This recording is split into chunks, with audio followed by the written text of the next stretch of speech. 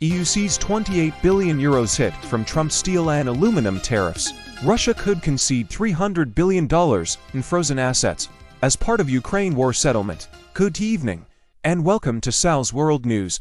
Our top story tonight: rising trade tensions between the European Union and the United States. As new steel and aluminum tariffs proposed by President Donald Trump could deal a heavy blow to European exports.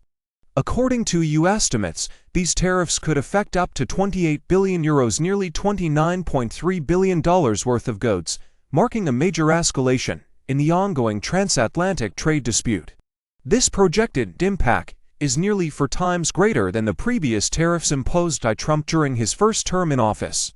EU Trade Commissioner Maroš Šefčovič recently met with U.S. officials in Washington, including Commerce Secretary Howard Lutnick and National Economic Council Director Kevin Hassett, to address the looming trade measures. While no negotiations have taken place yet, Šefčovič described the atmosphere as positive and focused on opening communication channels. Trump's proposed tariffs include a 25% duty on steel and aluminum exports, which could take effect as early as March 12. Additionally, reciprocal tariffs may be introduced against nations whose trade policies are perceived as obstacles to U.S. interests. Brussels has indicated that if these measures move forward, the EU will respond in kind. The European Commission has already drafted lists of potential retaliatory tariffs aimed at sensitive U.S. industries, including motorcycles, jeans, agricultural products, and apparel, similar to the countermeasures taken in 2018 when Trump first imposed steel and aluminum duties, citing national security concerns.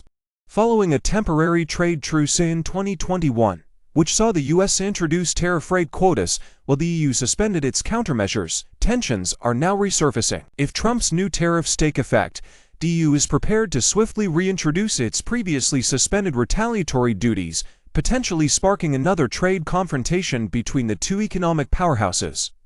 In an effort to defuse the situation, Šefčovič reportedly proposed a deal that would lower tariffs on industrial goods, including automobiles, an area of concern for Trump. However, it remains unclear whether Washington will be receptive to this offer. As this story develops, Sal's World News will keep you updated on the latest in global trade and diplomacy.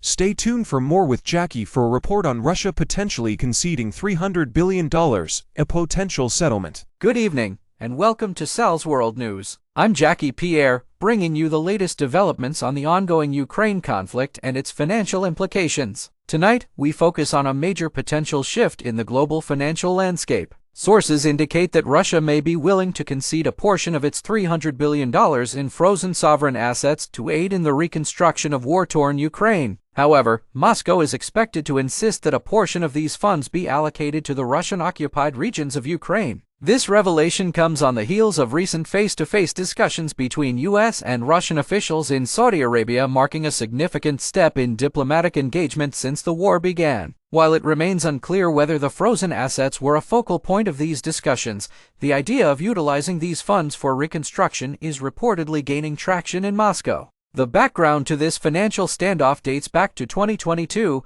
when the United States and its allies froze Russian sovereign assets in response to the Ukraine invasion. These frozen reserves, primarily consisting of European, U.S., and British government bonds, were estimated to be between $300 billion and $350 billion.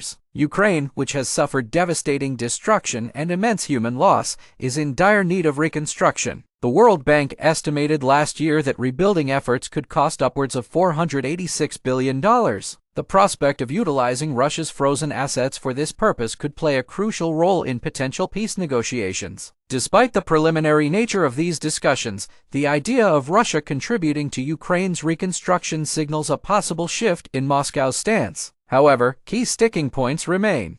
Moscow's primary conditions for ending the war include a withdrawal of Ukrainian forces from the territories it claims, while Kyiv demands a complete Russian withdrawal and security assurances from Western allies. Geopolitical analysts highlight that any resolution involving frozen Russian funds would require European backing, as a significant portion of these assets are held under European jurisdiction. Some officials remain hesitant about confiscating sovereign assets outright, warning of potential legal ramifications and economic repercussions. One potential compromise being discussed in Moscow involves allocating up to 2/3 of the frozen assets for Ukrainian reconstruction while reserving the remainder for Russian-controlled territories. Another key factor in these discussions is determining which entities would be granted contracts for rebuilding efforts. Meanwhile, European and U.S. officials remain divided on the issue. While Washington has shown interest in engaging in dialogue with Russia, European leaders, particularly in Germany and the European Central Bank, have expressed concerns about undermining global trust in reserve currencies. As discussions evolve, one thing is clear: the fate of Russia's frozen assets could play a pivotal role in shaping the post-war landscape in Ukraine. Sal's World News will continue to monitor developments on this critical issue. For now, I'm Jackie Pierre, and this has been your latest global update. Stay tuned for more breaking news and analysis. Thank you for watching Sal's World News. Stay tuned on Sal's World News for more reports and history. Don't forget to subscribe to the channel, like and share our videos. We appreciate your support so much.